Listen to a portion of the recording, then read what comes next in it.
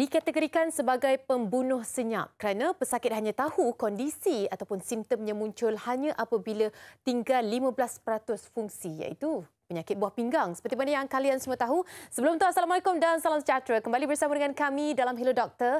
Dan pastinya hujung minggu ini kita akan kongsikan bersama dengan anda dari sudut kesihatan. Dan yang kali ini kita akan bawakan berkaitan dengan kesihatan buah pinggang. Sangat penting, terutama sekali kita ni di Malaysia, syurga makanan. Semuanya yang manis, semuanya yang masin. Jadi adakah ianya sebenarnya mempunyai kaitan dari sudut kesihatan buah pinggang yang perlu anda jaga ataupun ia hanyalah mitos semata-mata?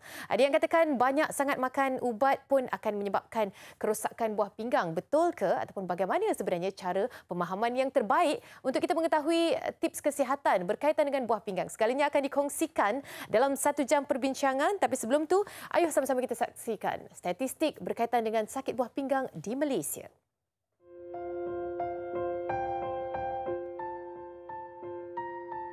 Di Malaysia, dianggarkan 15% rakyat Malaysia menghidap penyakit buah pinggang pelbagai peringkat.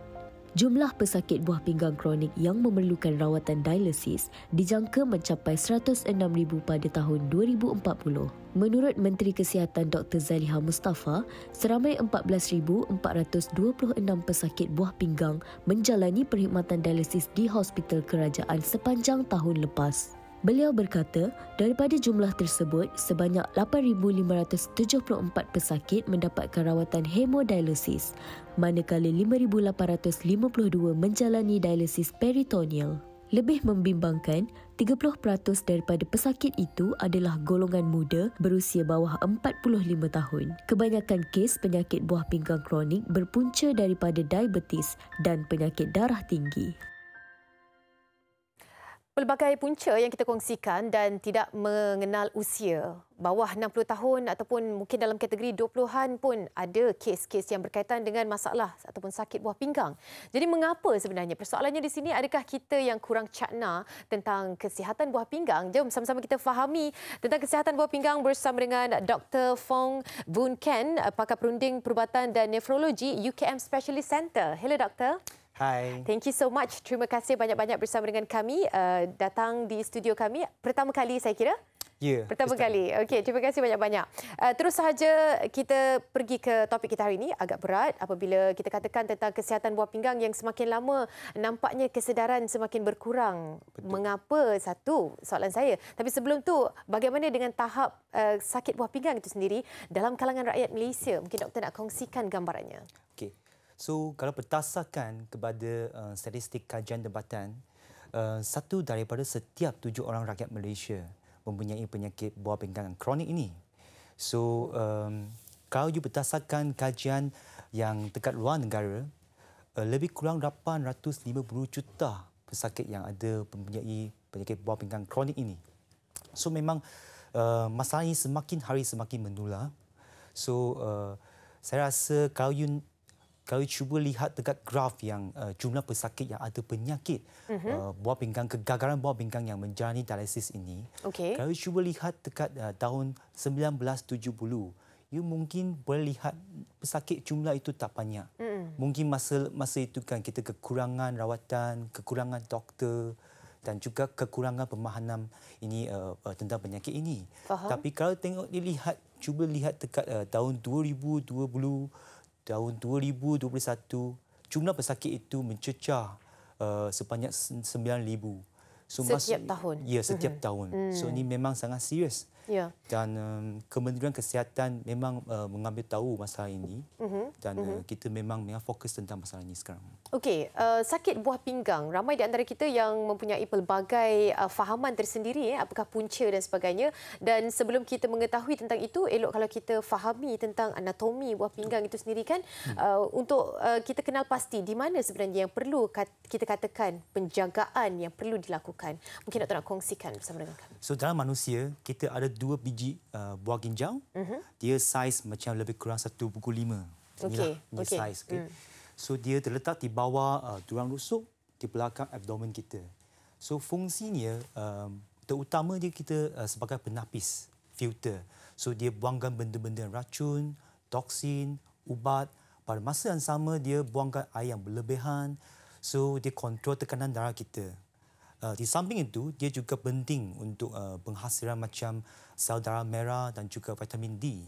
Okey, itu yang awal. Seperti mana yang grafik kita dapat kongsikan bersama dengan anda semua. Pasti anda dapat saksikan untuk anda fahami anatomi dan lokasi buah pinggang supaya penjagaan itu dapat dilaksanakan dan mengetahui di mana posisi yang sebenarnya mungkin boleh mencetuskan simptom ataupun sakit-sakit yang seperti mana kita akan kongsikan sebentar nanti. Cuma golongan yang berisiko ini antara faktor yang penting juga harus kita fahami. Siapa antara golongan-golongan yang berisiko mendapat sakit buah pinggang?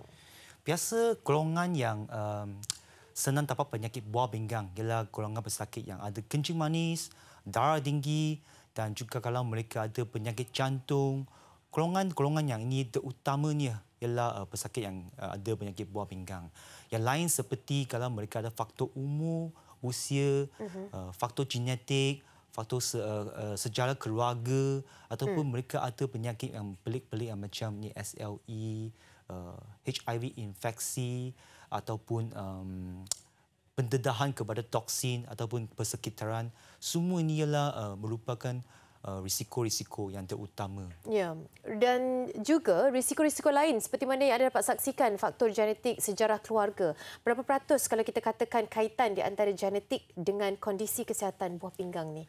Kalau berdasarkan kepada kajian, tak banyak. Sebab kalau kita lihat dekat statistik kita, memang kurang daripada 1-2% sahaja. Dan tak banyak. Okey, tidak bermakna kalau mungkin dalam kalangan keluarga kita mempunyai kondisi kesihatan buah pinggang itu, ada peratusan untuk genetiknya sangat kurang lah. Ya, ini it depends on penyakit yang apa. Kalau macam penyakit yang kita congenital, genetik punya problem, memang tak banyak. Okey, dan persekitaran juga memainkan peranan yang agak penting. Apa yang dimaksudkan dengan faktor lain persekitaran? Adakah termasuk dengan lifestyle kita ataupun bagaimana? Tak. Contohnya kalau kita lihat dekat negara India ataupun negara yang Sri Lanka, sebab mereka kebanyakan rakyat mereka kan mereka bekerja pendedahan kepada matahari, panas, memang panas, cuaca yang panas, so itu mungkin merupakan faktor-faktor yang boleh menyumbang kepada penyakit buah pinggang kronik. Maknanya ada kaitan lokaliti di persekitaran tersebut. Betul. Juga. Betul. Mungkin ia menggambarkan gaya hidup seseorang Betul. itu juga kan yang berada di situ. Okey, menariknya juga kita nak kongsikan bersama dengan anda, ini bukan sahaja masalah di Malaysia, malah ianya seperti yang dikongsikan tadi, statistik global juga memainkan ataupun menunjukkan satu peratusan yang agak tinggi bila kita cerita tentang penyakit buah pinggang itu sendiri. Tapi sayangnya, ianya dapat dikenal pasti apabila berada pada tahap yang agak serius, doktor. Secara awalnya untuk kita fahami mengapa ianya berlaku dan kita tidak rasakan simptom awal ataupun kadar toleransi seseorang itu berlainan. Bagaimana perkongsiannya? Okey, so penyakit buah pinggang ini memang menakutkan. Sebab kan kalau lihat dia punya peringkat, dia ada peringkat 1, 2, 3, 4 dan 5. So macam mana doktor nak tahu peringkat dia? Kita akan ambil ujian darah, kita ambil pesakit punya jantina dan juga umur. Lepas tu kan kita akan masukkan informasi ini dalam formula. Kita boleh meramalkan fungsi buah pinggang iaitu EGFR. So inilah fungsi buah pinggang ramalan. So dengan nombor ini kita boleh tahu, mengambil tahu dia punya tahap keberapa. So mengapa saya cakap penyakit buah pinggang dahsyat? Sebab dalam peringkat awal iaitu tahap 1, 2, 3, biasa pesakit tak ada apa tanda-tanda pun. Mereka takkan rasa apa-apa. Tapi masa mereka rasa macam semput, kaki bengkak, loya-loya, iaitu peringkat yang memang lewat dah. Tahap keempat dan tahap kelima. It's a warning sign ataupun itu perlu dikenal pasti dengan lebih lanjut lagi. Okey, kita berhenti setakat situ, tapi banyak lagi sebenarnya yang kita nak ambil daripada petikan Dr. Fong kongsikan sebentar tadi. Kita nak berehat seketika. Kembali selepas ini hanya di Hello Doktor.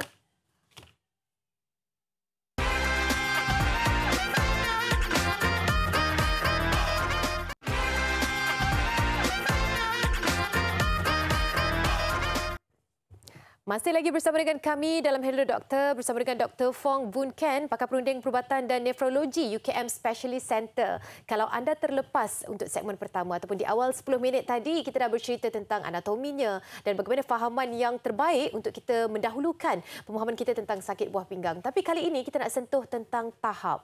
Kalau di awal tadi kita dah cakap tentang 1 hingga 3 adalah tahap pertama dan jarang dapat dikenal pasti. Namun begitu masih ada lagi mungkin faktor-faktor lain yang menyumbang kepada mengetahui ada potensinya kita mungkin berada dalam kondisi tersebut. Doktor mungkin nak terangkan lebih lanjut. Apa yang kita kena buat ialah biasa saya mengesyorkan bersakit. Okay, cek tekanan darah. Sebab kan kalau peringkat yang awal kan macam tahap 1 ke 3, kalau ada penyakit buah pinggang kronik, tekanan darah akan naik. Kedua, cek kencing. Kalau kencing berbuih, maksudnya penapis buah pinggang kita tak elok dah. Okay. So masa itu kan memang mungkin ada penyakit buah pinggang. Yang ketiga, kalau boleh pesakit kena buat saringan ujian darah berkala. Mungkin setiap tahun ke, setiap setengah tahun ke. So dengan darah keputusan itu kita tahu ada kemungkinan ada penyakit buah pinggang. Okey, itu dia. Antara yang anda boleh lakukan untuk kenal pasti ataupun saringan awal lah, kita panggilkan saringan awal betul. Untuk mengetahui ada tak potensi kita mungkin mendapat sakit buah pinggang. Dan bercerita pula dengan tahap-tahap yang seterusnya. Kita ada tahap 4 dan tahap 5 yang mana itu berada pada paras yang bahaya. Betul. Bagaimana doktor nak kongsikan tahap seriusnya yang perlu kita fahami berkaitan dengan 2 tahap tersebut? So biasa pesakit dengan tanda-tanda masa mereka datang ke hospital dah lewat dah. Sebab masa itu kan mereka rasa letih dan tadi I sebut fungsi buah pinggang sebagai penapis. So masa buah pinggang tak boleh buang air, memang air tak boleh keluar. So air kan memang akan bertakung dalam badan. Kaki bengkak, masa air naik ke paru-paru, you rasa semput, tak boleh nafas. Pada masa yang sama, kalau buah pinggang tak boleh menapiskan benda-benda yang racun, toksin ni akan jadikan kaki, kulit macam katal dan juga rasa loya-loya, tak boleh makan, tak lalu makan, muntah. Yang paling serius ialah dia naik otak, jadi koma dan pengsan. So ada kondisi sebegitu juga? Ada. Semua ini ialah tanda-tanda yang tahap yang memang lewat dah. Mengapa doktor selalunya kalau kita kenal pasti seorang itu ada sakit buah pinggang, ianya berada pada tahap yang sebegitu? Adakah yalah, selain daripada kita faham tentang ujian saringan berkala yang kita tidak lakukan, ataupun kategori pembunuh senyap ni sangat sesuai dengan sakit buah pinggang ni. Ia ibarat macam kita tak tahu apa-apa, tiba-tiba terus berada, cek-cek terus berada pada tahap 5. Sebab dia memang tak ada tanda. So pesakit kan dia takkan tahu. And then kebanyakan rakyat Malaysia kan mereka tak ambil berat tentang kesihatan mereka. Ini yang faktor yang terutamanya. So sebagai doktor kita mengesyorkan pesakit kalau boleh kita buat ujian darah setiap tahun.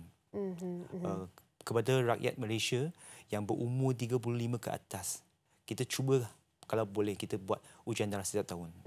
Untuk mengetahui sekurang-kurangnya kan dapat gambaran awal kan. Betul. Kesihatan kita kalau okey memang it's a rainbow, tapi kalau sebaliknya yang perlu dikhawatiri. Okey, kita nak kongsikan pula satu soalan dari selebriti. Jom doktor sama-sama kita dengarkan soalan dari selebriti. Hai, saya Mimi Lana. Saya ingin bertanya kepada doktor, betul ke saya selalu dengar orang cakap kalau kita lambat membuang air kecil, dia akan menyebabkan kita mendapat penyakit buah pinggang? Okey, saya kira ramai juga yang beranggapan seperti ini. Ya, ramai juga nak tanya apa yang Mimi Lana kongsikan tadi. Kalau kita lambat ataupun selalu tahan kan, kadang-kadang jadi mak-mak lah terutama sekali tahan kan. Nanti ujung-ujung tu baru duk buang. Jadi macam mana doktor? Ada kaitan tak dengan sakit buah pinggang kondisi ini? Ya, memang ada kaitan. Wow. Kalau you rasa ada urge macam nak pergi tandas kan, jangan tahan. Sebab memang kencing kan dalam itu kencing memang penuh dekat pundi kencing dia. So dia bagi warning sign you kena pergi tandas. Kalau masa itu you tahan, kencing itu dia boleh naik, dia backflow. Kalau tengok nanti kalau you nak lihat itu anatomi buah pinggang kan, dia pundi kencing, dia ada saluran kencing and then kita punya buah pinggang. Okey. So kalau you tahan kencing, itu kencing kan dia naik, dia backflow, dia ikut you saluran kencing and then dia naik ke buah pinggang kita. Lepas tu dia dapat infeksi kuman. So ini memang akan salah satu akibat yang punca penyakit buah pinggang. Ya, okay. Ibu-ibu dengarkan pandangan ini, walaupun kita kadang-kadang tak ada pilihan lain dengan anak, kadang-kadang kan selalunya terjadi perkara ini, saya mengerti. Tapi betul, lagi-lagi mereka yang kerap kali dengan minum air masak lah kan, kan kerap kali pergi ke tandas dengan tanpa rasa paksaan, memang perlu pergi ke sana, perlu berjaga-jaga tentang kondisi ini. Walaupun ianya nampak seperti kita bergurau, tapi kita ingatkan antara satu sama lain, sangat penting untuk tidak tahan buang air kecil. Okey, kita sambung perbincangan kita berkaitan dengan kesihatan buah pinggang. Kali ini kita nak sentuhkan pula tentang sekiranya lewat di kesan. Apakah akibatnya yang boleh berlaku kepada pesakit tersebut? So, biasa pesakit yang lewat di kesan, apa yang berlaku ialah mereka akan semput, yang macam saya sebut tadi. Mereka semput, air tak boleh dikeluarkan daripada buah pinggang, tak boleh dikeluarkan daripada badan. So, air memang semakin banyak, you semput, datang hospital, you koma ke. So, kalau macam ini, dekat hospital emergency, kita terpaksa, kita kena bincang dengan keluarga, sebab pesakit itu memang dah pingsan dah. Okey. Memang ketika kondisi, mereka tak boleh cakap, tak boleh apa-apa. So, kita akan bincang dengan family, kalau mereka okey, kita akan jalankan rawatan dialisis. Okey, itu pastinya satu rawatan yang sukar untuk kita terima kan. Maknanya Betul. Berada pada tahap kena dialisis tu, ianya too hard tu untuk terimakan keadaan itu.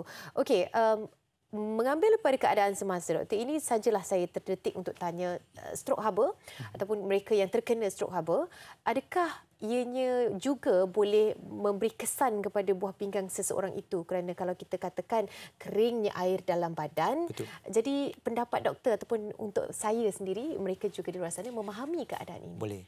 Jadi saya sentuh dekat yang risiko-risiko kan, pendedahan kepada persekitaran. Okey. Yang macam Sri Lanka, India itu. Okey. Sebab sama, punca sama. Kalau mereka terdedah kepada cuaca yang panas heat stroke, sama. So ini stroke haba kan. So ini kekurangan air, tak minum air, dia buah pinggang kan, dia memang akan kekurangan air. You kena ada air untuk menjaga buah pinggang. Okey. Ya. Bengkak kaki dan di tangan antara risiko yang perlu dihadapi oleh sesetengah individu itu jika berada pada tahap-tahap yang tertentu. Risiko lain yang begitu ketara yang kita boleh katakan it's a warning sign yang perlu kita berjaga-jaga. Apa dia, doktor? Kalau tahap keempat dan tahap kelima, masa itu air memang dia susah nak keluar daripada badan. So apa yang kita boleh buat ialah kita nasihat pesakit mereka kurang minumkan air ataupun kita akan bagi ubat untuk bantu mereka mengeluarkan air. Okey, maknanya ubat-ubatan tersebut pada tahap 4 dan 5 itu tak semestinya mereka akan jalani dialisis. Ada juga akan bergantung kepada ubat. Betul. Okey, itu berkaitan dengan rawatan. Sebenarnya kita nak kongsikan nanti sedikit rawatan berkaitan dengan yang spesifiknya keadaan ini, tapi sambil-sambil itu juga kita nak sedikit doktor kongsikan gambaran awal keadaan-keadaan yang berpunca daripada sakit lain yang menyebabkan kondisi kesihatan buah pinggang juga terganggu. Antaranya apa dia? Penyakit lain yang boleh mengganggu fungsi buah pinggang ialah contoh penyakit jantung. Kalau penyakit jantung tak bagus, maksudnya pam jantung ini tak bagus kan. So buah pinggang kita pun agak efek. So masalah lain macam patu dekat buah pinggang ini juga menyumbang kepada penyakit buah pinggang dalam masa yang sama. Okey, walaupun keadaan batu itu dah dibuang, mungkin ada potensi lagi untuk keadaan buah pinggang itu. Ya, betul. Walaupun you buangkan batu karang itu, tapi kan kalau pesakit itu jaga makan, selalu makan daging, makan masin, tak minum air yang banyak, patu yang sama boleh muncul. Okey. Alright. Sedikit kita kongsikan tentang keadaan, faktor risiko dan sebagainya. Kita nak pergi lagi jauh dalam perbincangan ini, tapi nak minta anda sama-sama untuk setia bersama dengan kami. Kita rehat seketika, kembali selepas ini. Hello Doktor.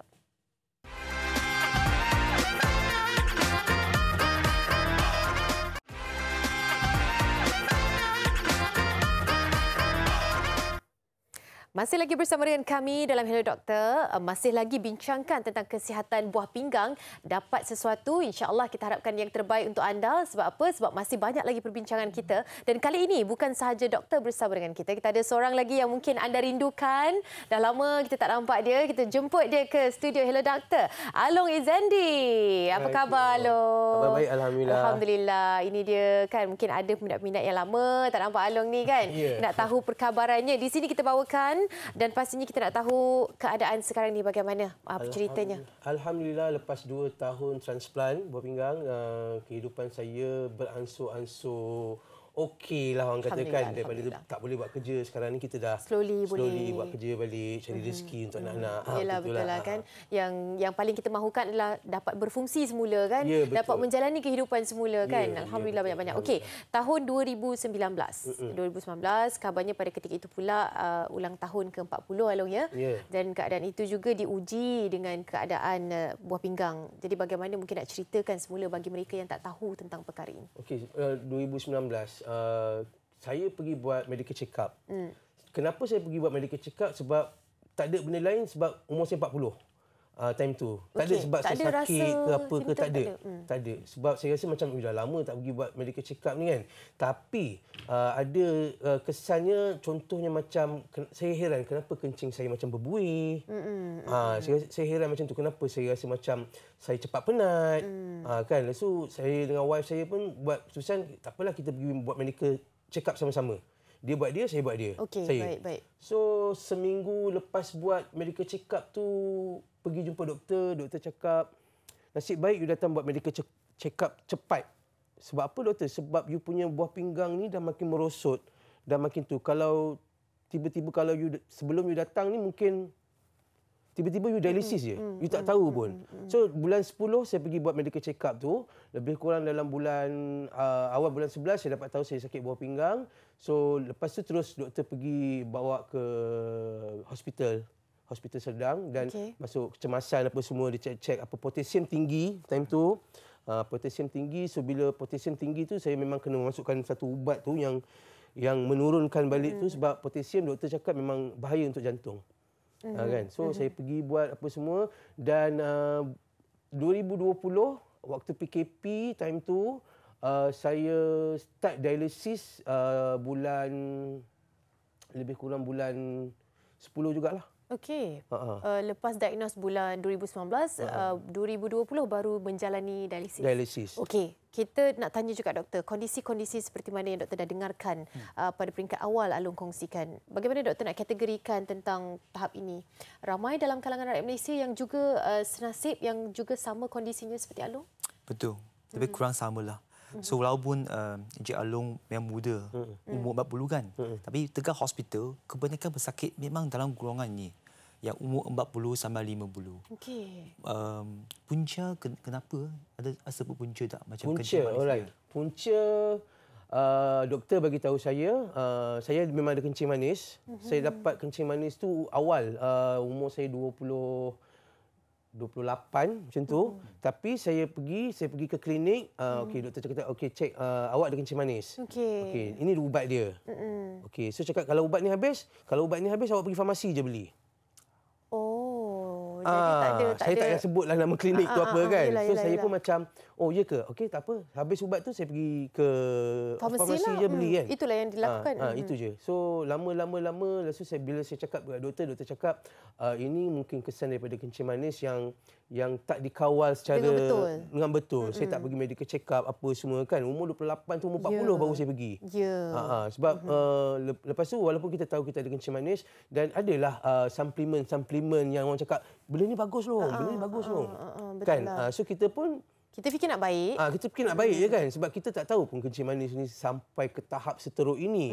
Sebab macam saya tak didedahkan kencing manis sampai teruk macam ni. Kencing manis mungkin sampai potong kaki. Itu yang biasa je kan. Tapi kita tak tahu pula macam sampai rosak buah pinggang apa semua kan. So waktu diagnose tu darah tinggi saya pun memang naik. Sebelum ni memang saya tak ada darah tinggi. Okey. Bagaimana seseorang itu didiagnos apabila mungkin ada simptom ataupun pemeriksaan dilakukan, medical check up dilakukan.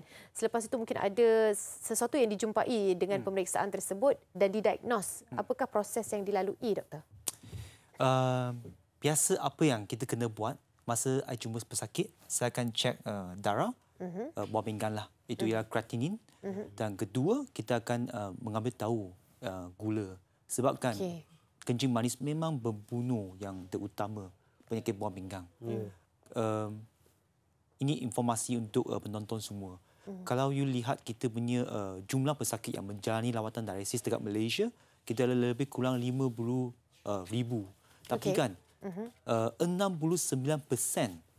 of the pesakit yang ada yang kegagalan buah pinggang ini ialah disebabkan daripada penyakit kencing manis. So kencing manis ini memang serius dan kita kena cek gula from time to time. Ketiga, kita kena cek tekanan darah, kita cek kolesterol level and then kita cek kencing. So benda-benda ni kita guna untuk diagnose penyakit buah pinggang. Ya, untuk tahu sekurang-kurangnya pada peringkat awal kan. Along, reaksi Along bila doktor kata nasib baik awak agak awal lah kan, maknanya berada pada fasa yang walaupun ianya sedang merosot tetapi nasib baiknya di situ buat pemeriksaan pada umur 40 tahun. Tahu awal. Jadi apa reaksi Along pada ketika itu dengan keputusan yang perlu dialisis, perlu menjalani perkara-perkara ini, bagaimana? Yalah, walaupun doktor tu cakap nasib baik tapi nasib tak baiklah bagi saya kan. So memang saya murung lah. Saya jadi murung dan tiba-tiba selama ni bila saya dapat tahu tu automatik, saya tak tahu sebab apa tapi automatik bila dah dapat tahu tu sebulan kemudian barulah nampak kaki macam bengkak sikit. Perasan perubahan fizikalnya. Baru perasan benda tu, baru macam asal kaki bengkak bila kita tekan dia tak naik. Dia tekan macam tu dia tak naik macam tu. Lepas tu mula lepas tu ada rasa macam kram tapi memang yang awalnya ialah badan-badan gatal. Badan-badan gatal. Tapi dia tak ada apa-apa tanda di luar, cuma kita yang merasai macam tak selesa dan gatal. Kita rasa macam ini mungkin macam alergik ke apa, kita rasa macam tu kan, tapi sebenarnya itu adalah kesan daripada buah pinggang yang tak berfungsi itulah. Okey, baik. Itu sedikit apa yang dikongsikan oleh Along, pengalamannya. Kali ini kita nak kongsikan pula bersama dengan anda laporan khas berkaitan dengan pembedahan transplant buah pinggang. Jom sama-sama kita saksikan.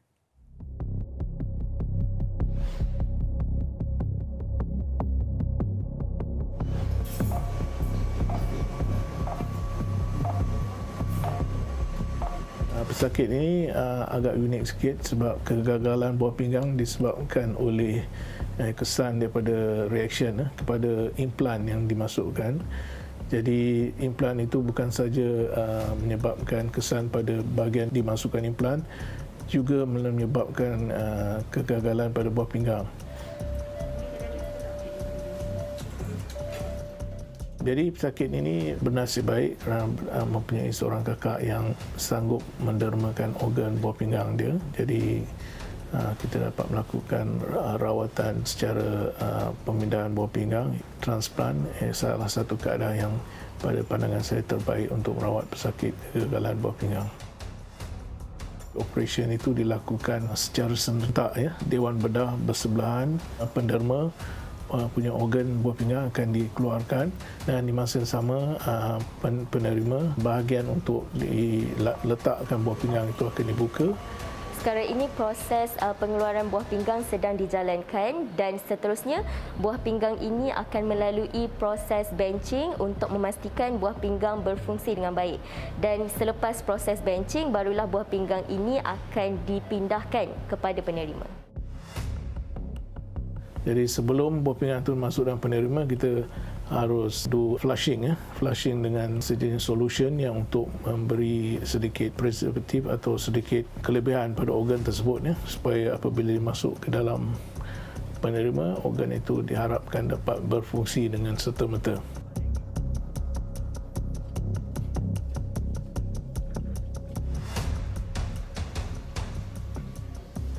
Jadi apabila kita sambung balik, jadi kita pastikan saluran darah yang kita sambung tu pembedahan tu dapat dilakukan sempurna supaya tak ada pendarahan. Kadang-kadang terdapat apa yang dipanggilkan darah beku dalam saluran tu atau dipanggil trombosis. Jadi dia boleh mengakibatkan buah pinggang tidak berfungsi. Trombosis sama arterial trombosis atau venous trombosis. Jadi bila perkara ini berlaku, pengaliran darah ke dalam buah pinggang tidak baik, jadi perlu mungkin dibedah semula dan pesakit juga tidak mungkin ada air kencing. Selepas buah pinggang itu dimasuk dalam penerima, pembedahan juga berjalan lancar, buah pinggang itu berfungsi serta-merta, terdapat air kencing yang keluar dan dari segi warna, color, tekstur buah pinggang itu semua nampak cantik lah. Baik, wartawan kami Syuhada bawakan laporan khas berkaitan dengan pembedahan transplant buah pinggang yang juga antara rawatan yang dilalui oleh mereka yang berada pada kondisi kesihatan buah pinggang. Kita bersama dengan Along dan juga Dr. Fong yang masih lagi kita bincangkan tentang keadaan Along tadi. Banyak Along dah kongsikan. Cuma mungkin kita tertinggal bila diagnos tu berada pada tahap yang mana, Doktor kongsikan sebaik tahu. Dia cakap tahap 4 nak ke tahap 5 dah. So dia cakap tahap 4, so dia cakap awak boleh standby bila-bila masa je untuk dialisis. Waktu tu tapi dia cakap awak boleh lajakkan masa tu dengan penjagaan makanan, hidup sihat, dia cakap macam itulah.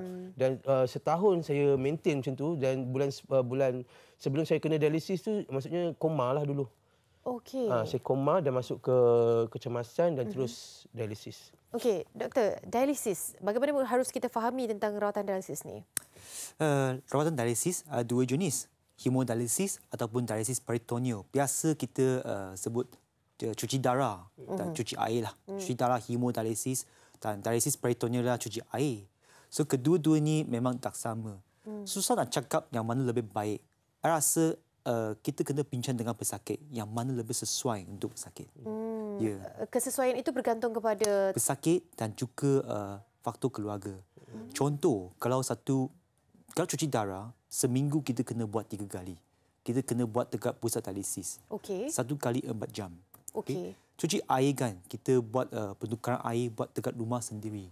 Okay? Itu tube kan kita pasang dekat perut. Cuci darah ini kan, dia memang fix. Dia tak fleksibel. Kalau you pergi ke pusat dialisis kan, you kena ikut time slot mereka. Isnin, Rabu, Jumaat, ataupun Selasa, Khamis, Sabtu. Dia dah ditetapkan begitu. Begitu. Kalau pesakit itu muda, masih bekerja lagi, masih aktif. Komitmen kat situ agak inilah kan, ada kekangan untuk rasa komitmen. Faham? Tak mungkin dapat bos yang begitu baik bagi you MC 3 kali seminggu. Yep. Okey, itulah cerita dia, keadaan di sini yang dikongsikan oleh Along dan juga Dr. Fong. Masih ada lagi sedikit waktu bersama dengan kami. Jangan ketinggalan kerana kita nak rehat seketika. Kembali selepas ini.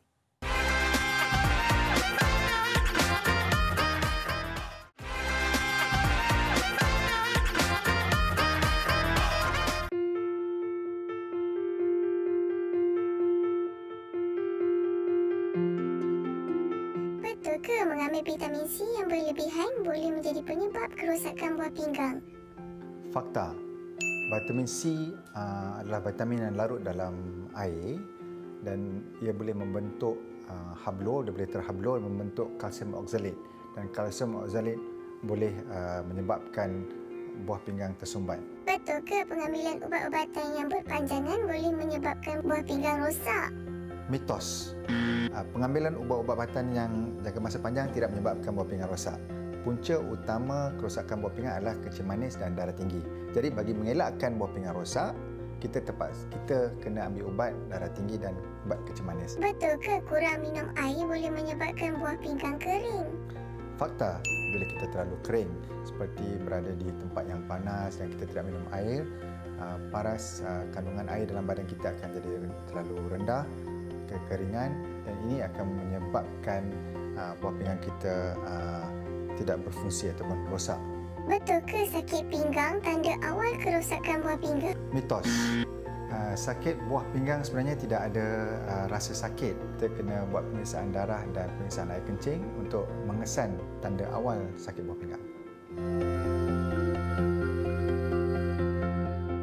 Baik, kita bawakan fakta mitos berkaitan dengan sakit buah pinggang. Masih lagi bersama dengan kami, Dr. Fong, Boon Ken dan juga Along bersama dengan kita untuk berkongsi keadaan dan pengalaman terutama sekali. Elok kalau kita mulakan sedikit sambung daripada pengalaman Along tadi. Ada kata tentang ada sesuatu yang berlaku sehingga koma. Pada ketika itu, selepas itu barulah menjalani rawatan dialisis. Betul? Jadi penceritaan tu bagaimana untuk kita katakan koma itu pernah dialami juga oleh Along? Pernah dialamilah.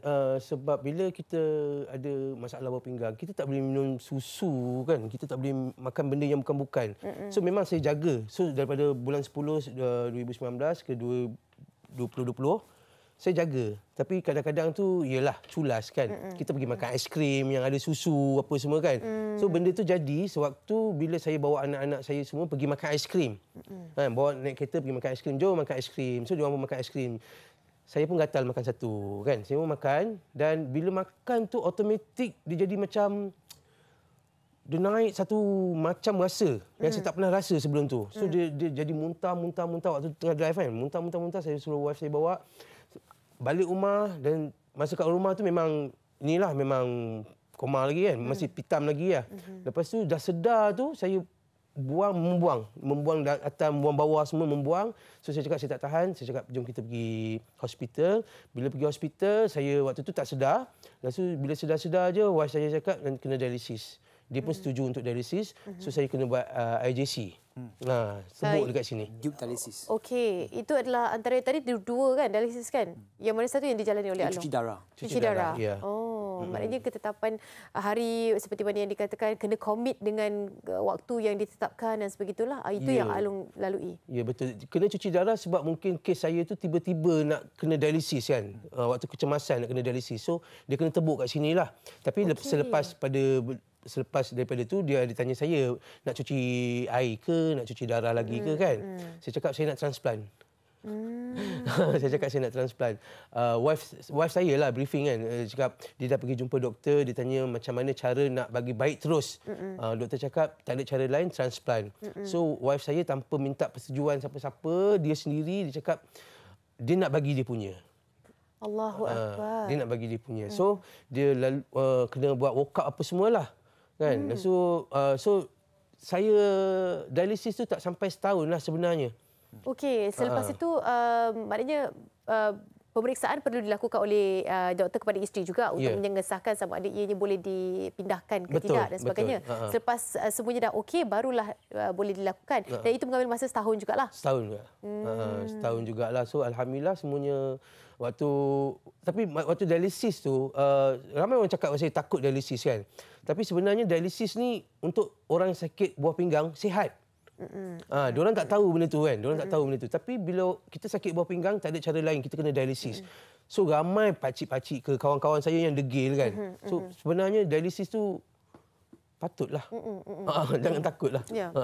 Doktor, antara yang perlu kita juga sebab tadi rawatan banyak juga kita sentuhkan, perubahan gaya hidup juga memainkan peranan penting ya, terutama sekali walaupun dah transplant ke, walaupun mereka dah selamat ataupun berjaya melalui proses dialisis, apakah gaya hidup yang disarankan oleh doktor untuk kita fahami bersama?